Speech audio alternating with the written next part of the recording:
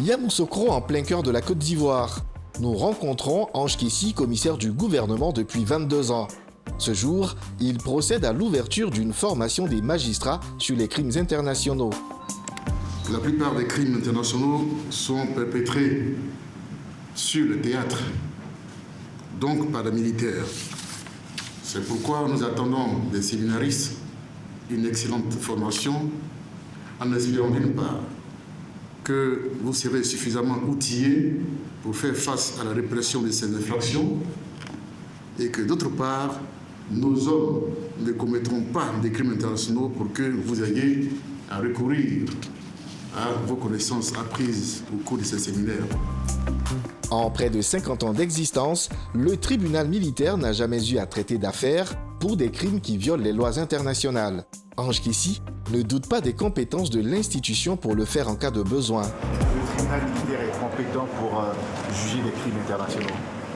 Les crimes internationaux sont jugés par les institutions, par les juridictions nationales et internationales. Donc le tribunal militaire est compétent. Après sa conférence, c'est au pas de course qu'il retourne à Abidjan. Depuis plus de 10 ans, Ange Kessi pratique une lutte quotidienne contre le racket sur les routes. Une mission qui lui tient à cœur. Vous avez fait de la lutte contre le racket une de vos priorités. Pourquoi ça vous tient autant à cœur? Le fait de prendre l'argent, c'est la dignité, n'est-ce pas, qui est en jeu. Mais également, vous prenez l'argent de la population qui tout le temps porte plainte et s'en souffre. Vous êtes policier ou gendarme, en un mois, vous ne travaillez pas, vous avez tout votre salaire, pour une raison quelconque. Mais le chauffeur de taxi, là, ou le chauffeur de bac, s'il ne travaille pas, il n'a pas d'argent. Et quel argent il a? Un menu fretin qui se limite à nourrir sa famille. Et ce petit argent-là, permettez-moi de m'exprimer de façon aussi triviale, vous allez chercher ça sur la route encore, vous allez prendre ça. Et ce monsieur, quand vous pensez qu'il va aimer l'armée, il va aimer les forces de l'ordre. Imaginez un peu, à chaque fois que nous publions l'arrestation d'un militaire, tout le monde est content. Pourquoi? Dans un moment, on ne doit pas être content qu'on arrête un militaire.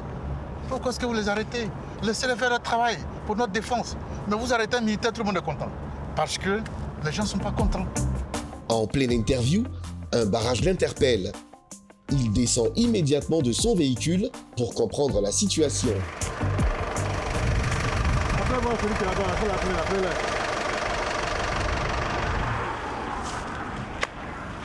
Bonjour, c'est qui conduit là? C'est qui le conducteur ici là?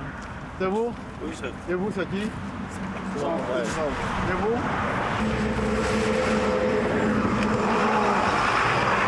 Où est-ce que vous partez? Yamoussoukro Daloa. D'accord.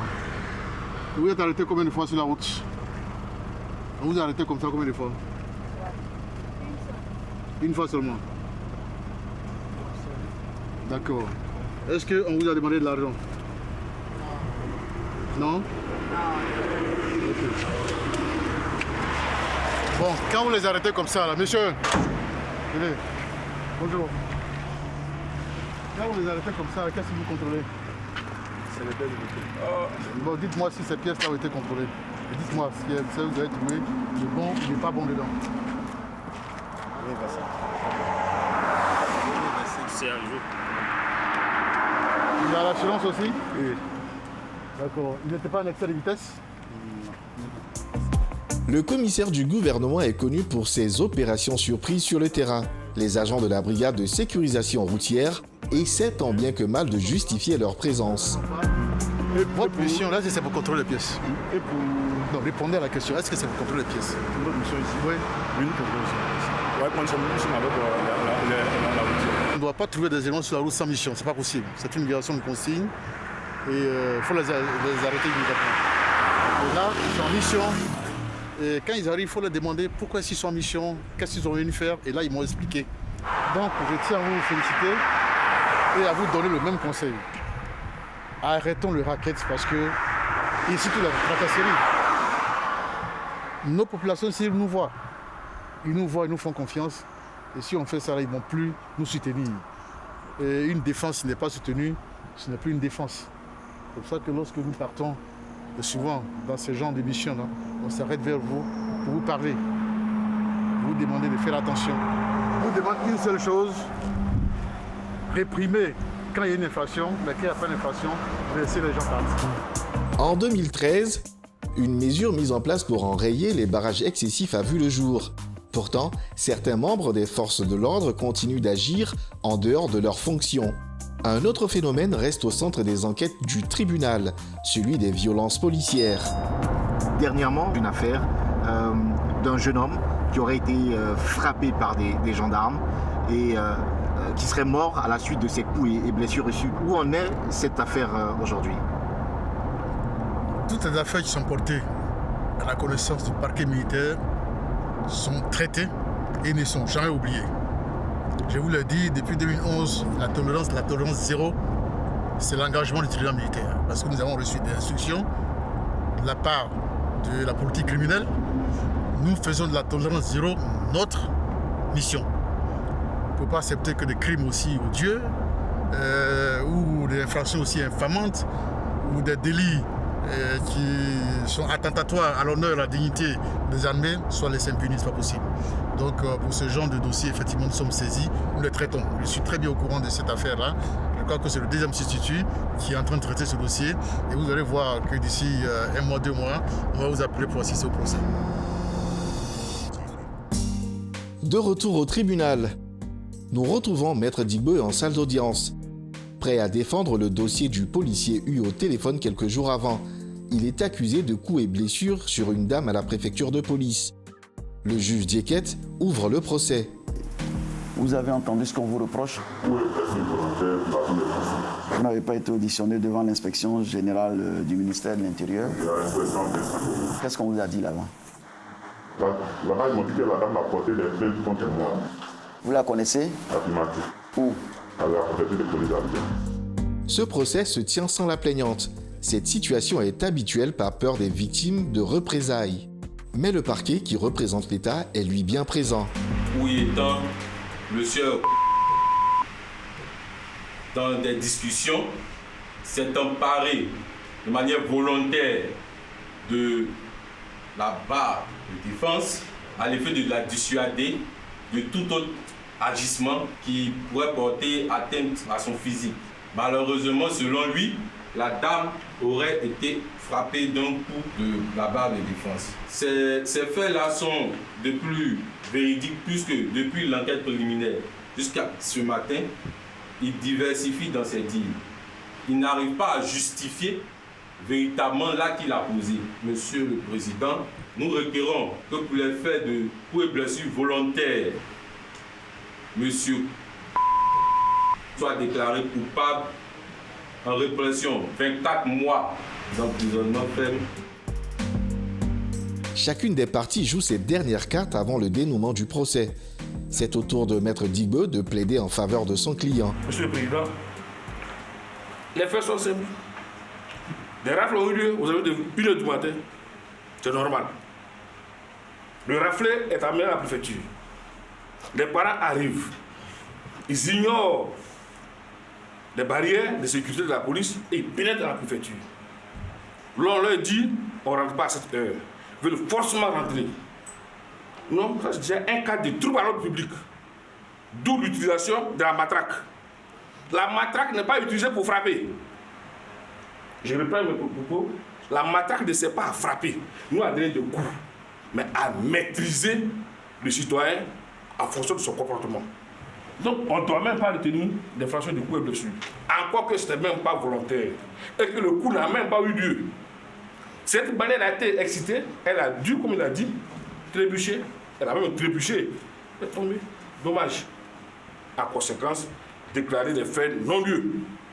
Ça ne va pas plaider. Les faits n'ont même pas lieu. J'ai plaidé. Après délibération, le verdict tombe. Le tribunal, statuant publiquement contradictoirement en matière correctionnelle en dernier ressort, déclare coupable donc des faits de coups et blessures volontaires et de violation de consignes mis à sa charge. En répression, le condamne à 3 mois d'emprisonnement ferme et à 50 000 francs d'amende. L'audience est suspendue. Fin de l'audience. C'est la douche froide pour Maître Digbe. Sa défense n'a pas convaincu la Cour sur l'innocence de son client. Vous avez requis le non-lieu. Effectivement, parce que ce qu'on reproche aux policiers ce jour n'a pas lieu, n'existe pas, ce n'est pas une infraction. Il n'a pas donné de coup, il a fait un acte de police. Il faut donc faire la différence entre un coup porté et puis un acte de police. La police a de ceci spécifique qui a fait le maintien de l'ordre. Le maintien de l'ordre, il y a le matériel de maintien de l'ordre qu'on peut citer pêle-mêle, la matraque, les grenades. Donc c'est des matériels qui font l'action, mais ce n'est pas des coups. Ce sont des actions de maintien de l'ordre. Donc il faut donner la technologie qui sied. Et non pas dire donner des coups, mais en fait, c'est le maintien de l'ordre qu'on fait. C'est ce que nous avons dit, il faut faire la part des choses entre le coup comme infraction donnée et puis l'acte de maintien de l'ordre comme travail de police. Le policier n'a fait que son travail.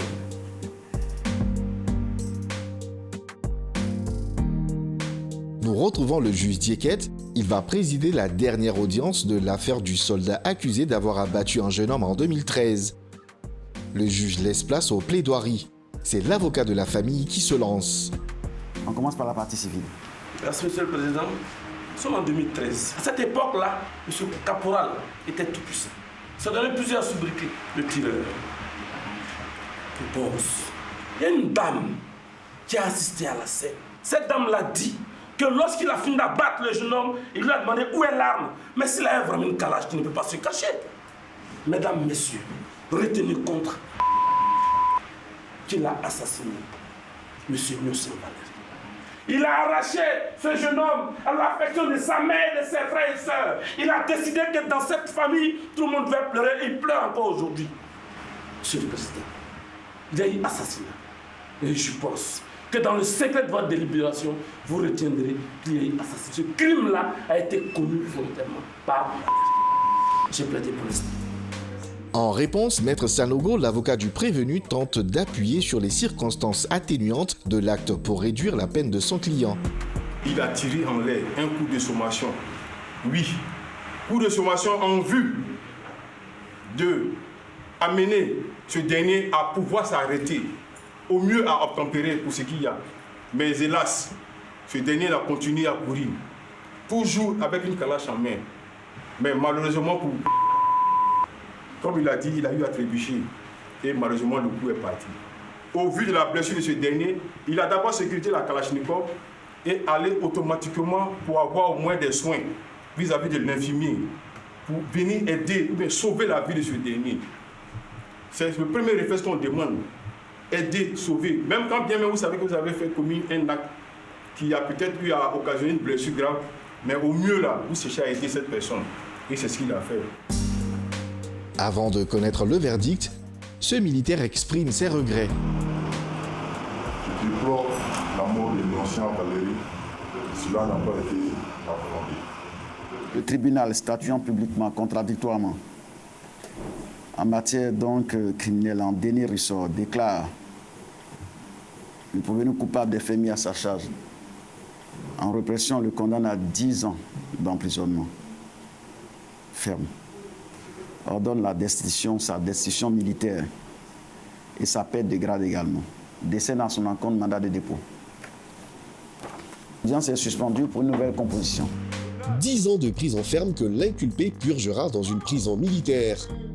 C'est un grand soulagement pour la famille de la victime et leur avocat. Prononcer la destitution, je n'ai pas bien entendu ça. Ok, là, moi, je suis satisfait. Est-ce que, à l'entame du procès, vous espérez ce verdict? Espérer, non, je pensais mieux. Je pensais mieux, mais je ne suis pas déçu. Pas que j'espérais ce verdict. Je pense qu'il méritait les 20 ans que le parquet a mis. Moi, je suis parti civil. La condamnation pénale ne m'intéresse pas beaucoup, mais au moins, j'avais souhaité qu'il ait une peine exemplaire pour que les autres comprennent qu'on ne fait pas comme ça. Le procès a Oui. son verdict. Oui, moi, ce qui me satisfait, voilà, ce qui me satisfait, c'est qu'il a été destitué. Hein? Il n'est plus militaire, je suis entièrement d'accord. C'est ça qui me plaît dedans, dans le verdict là. C'est ça qui me plaît. Sinon, bon, comme le maître l'a dit, les 10 ans, moi, c'est insuffisant pour lui parce qu'il a fait délibérément.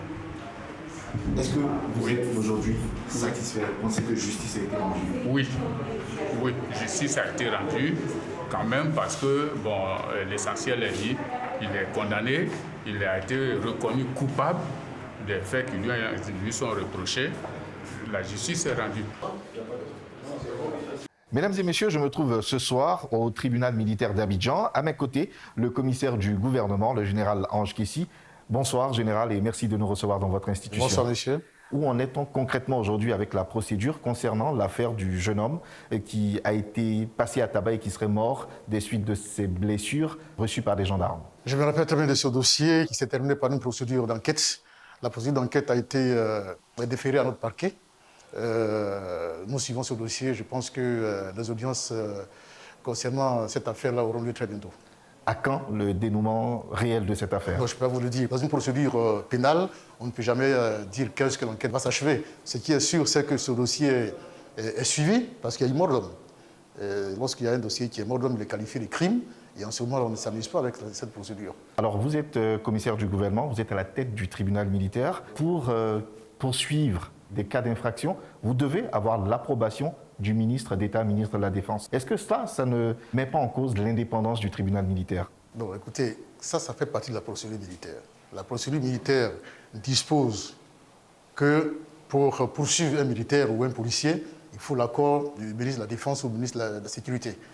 Ces deux personnalités s'appellent autorité investie des pouvoirs judiciaires et c'est prévu par le code de procédure militaire. Et n'oubliez pas que le code de procédure militaire est une loi. Est-ce que dans ce cas, on peut parler d'indépendance de la justice? Ils ne sont pas là pour interpréter ou pour juger l'opportunité d'une loi. Nous sommes là pour l'appliquer.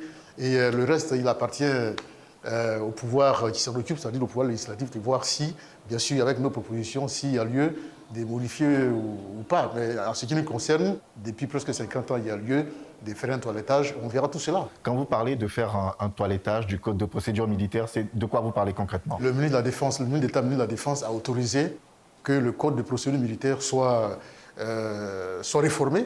Et bien sûr, nous avons fait un rapport pour montrer que depuis 1974 jusqu'à maintenant, ça fait presque 50 ans que nous utilisons une loi qui n'a jamais subi de modification. Ce n'est pas normal. On ne juge pas un militaire comme on juge un civil. Justement, voilà. Qu'est-ce qui change concrètement? Non, je n'ai pas encore fini. Alors, donc, c'était pour vous dire, à ce niveau-là, il y a lieu de revoir un peu les choses, parce que le militaire de 1914 n'est pas le militaire de 2022.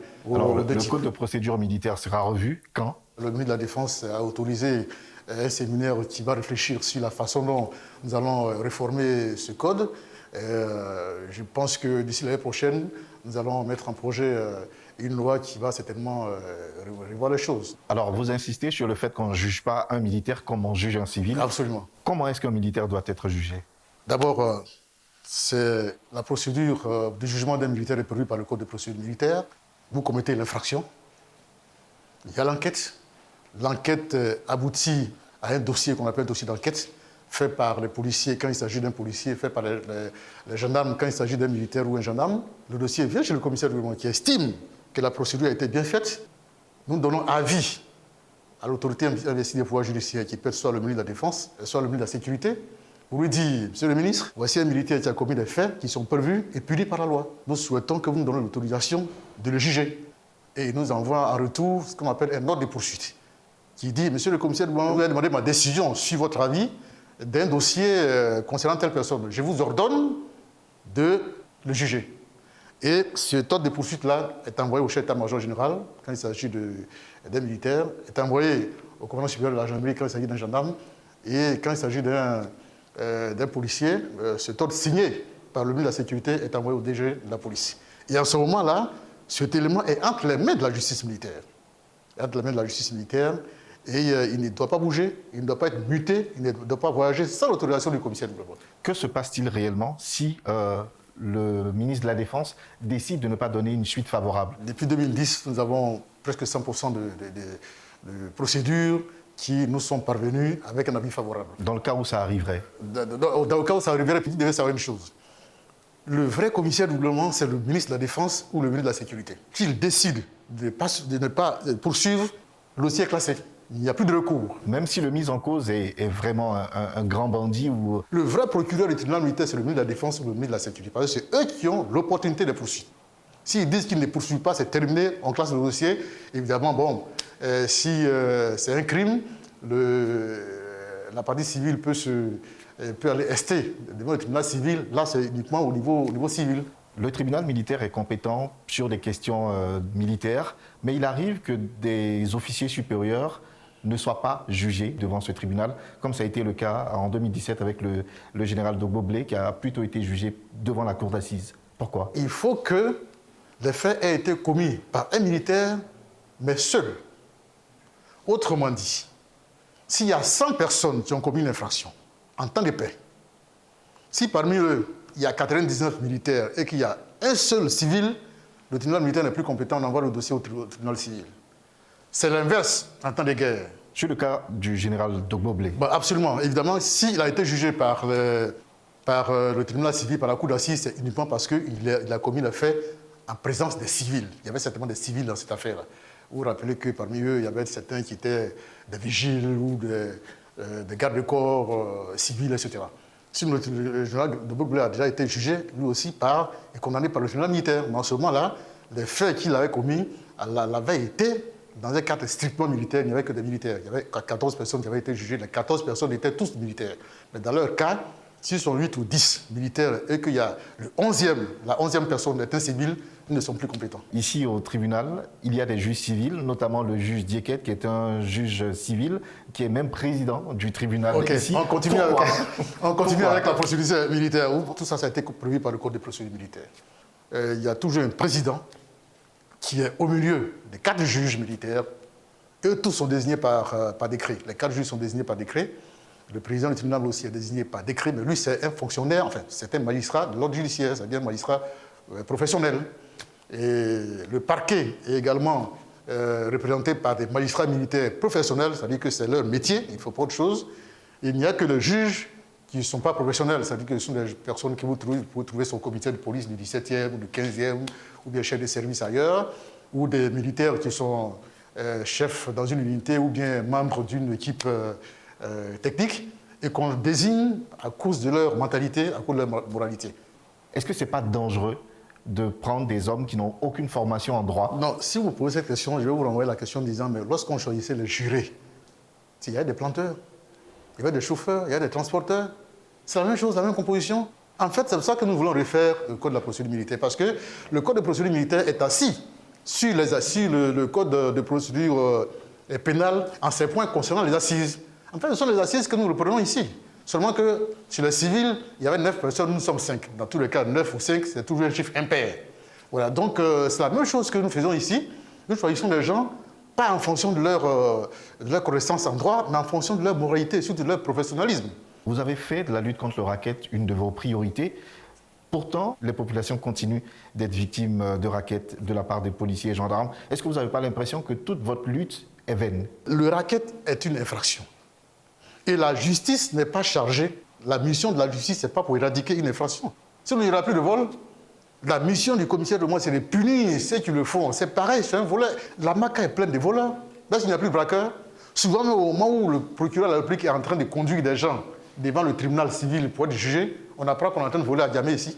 Le racketeur, il compte sur la chance. Il dit, bon, d'accord, je vais prendre l'argent si on ne m'a pas filmé, ou bien si le commissaire de moi ne va pas passer ici, ou bien si la personne que j'ai racketée n'est pas allée porter plainte, je suis sauvé. Monsieur le commissaire du gouvernement, vous l'avez dit, votre mission, ce n'est pas d'éradiquer le racket. Pourtant, c'est un phénomène qui fait perdre plus de 100 milliards de francs CFA par an à la Côte d'Ivoire. Malheureusement. Et c'est pour ça que la politique criminelle du tribunal militaire, c'est axée sur la tolérance zéro en matière de répression du racket. Nous sommes déterminés à poursuivre, nous ne disons pas à éradiquer, ça n'est pas possible. Regardez, actuellement, je vous parle, il y a 17 racketteurs qui seront jugés la semaine prochaine. Ça ne veut pas dire que nous n'avons que 17 racketteurs. De 2010 à maintenant, nous avons jugé 363 racketteurs. Je me rappelle, 225, on fait la prison. Les autres, bon, on leur donne des sursis, etc. Mais maintenant, le président du tribunal militaire et moi, nous sommes stricts. Plus de cadeaux pour ces personnes-là. Il faut qu'ils se disent qu'actuellement, quand ils raquettent, là, c'est parce que la chance est de leur côté. Mais tous les jours est pour le voleur. Un seul jour, là, ça appartient au propriétaire. Monsieur le commissaire du gouvernement, le tribunal militaire d'Abidjan existe depuis 1974. C'est le seul tribunal militaire de Côte d'Ivoire. Pourquoi, depuis 1974, il n'y a qu'un seul tribunal militaire en Côte d'Ivoire? D'abord, il n'était pas le seul à être créé. Il y a 3 tribunaux militaires qui ont été créés, mais c'est un seul qui est ouvert. Il y a une nuance. Donc, il y a 3 tribunaux militaires qui ont été créés, le tribunal militaire d'Abidjan, le tribunal militaire de Bouaké et le tribunal militaire de Daloa. Et ils ne sont pas fonctionnels? Ils ne sont pas fonctionnels parce qu'au départ, il n'y avait pas assez de personnes. En 1974, il y avait combien de militaires? Et c'est en 1978 même que les policiers sont devenus justiciables devant le tribunal militaire. Donc en 1974, au moment de la création, il y avait très peu de personnes. C'est à partir de 2000, lorsque les militaires ont fait l'irruption dans la vie politique, que certaines infractions ont commencé à être révélées. Et c'est là qu'on a commencé à voir, pas l'importance, mais disons la dimension de la mission de cette juridiction-là. Le commissaire de gouvernement a une autorité qui est au-dessus de lui, qui est le ministre de la Défense et le ministre de la Sécurité. Ils ont été saisis de la nécessité d'ouvrir, parce que c'est déjà créé. Aujourd'hui, s'il y a un arrêté, c'est l'arrêté qui va ouvrir, l'arrêté d'ouverture du tribunal militaire de Bouaké ou les Dalois. Il faut rapprocher la justice de ces justiciables. Vous êtes à la tête du tribunal militaire depuis 1999, une longévité pendant laquelle vous avez servi pratiquement sur tous les gouvernements. Est-ce qu'avec cette longévité-là, on ne se sent pas invincible? Est-ce qu'on ne se sent pas intouchable? Vous avez posé une très longue question qui mérite une réponse très courte. Gloire à Dieu, c'est tout ce que je peux dire. Maintenant, pour le revers de votre question, je ne me sens pas du tout intouchable ni irremplaçable. Voilà, il va arriver un moment où je vais passer la main et je pense que les ministres d'État, le ministre de la Défense ainsi que le président de la République qui me font confiance maintenant, feront confiance à une autre personne. J'ai eu la chance d'être là, mais un jour je serai appelé à d'autres fonctions et nous sommes en train de veiller à former des plus jeunes qui vont nous remplacer un jour. Parce que lorsque vous devez partir et que vous n'avez pas assuré vos arrières, c'est que vous avez mal travaillé. Il faut que le prochain commissaire de gouvernement soit peut-être même plus fort, plus mythique, plus intelligent et plus respectable que le commissaire de gouvernement. Général Ange Kessi, qu'est-ce que vous souhaitez qu'on retienne du tribunal militaire? Il faut que vous sachiez que le tribunal militaire est un service public. Un service public où rien n'est payant. C'est la seule juridiction où on ne paye rien. Vous voulez porter plainte, vous ne payez rien. Vous voulez retirer une plainte, vous ne payez rien. On ne paye rien ici. De façon générale, vous avez des forces de l'ordre qui savent que s'ils commettent des infractions, ils ne seront pas impunis. Et ça renforce la démocratie, ça renforce l'état de droit. Monsieur le commissaire du gouvernement, général Ange Kessi, merci de nous avoir ouvert les portes de votre institution. C'est la fin de ce numéro de votre magazine d'enquête 52 minutes pour comprendre. Pour revoir le numéro de ce soir, rendez-vous sur la page YouTube de la RTI ou sur son site internet www.rti.ci ou sur la page Facebook de l'émission 52 minutes pour comprendre. J'aurai grand plaisir à vous retrouver dans 2 semaines pour une autre enquête.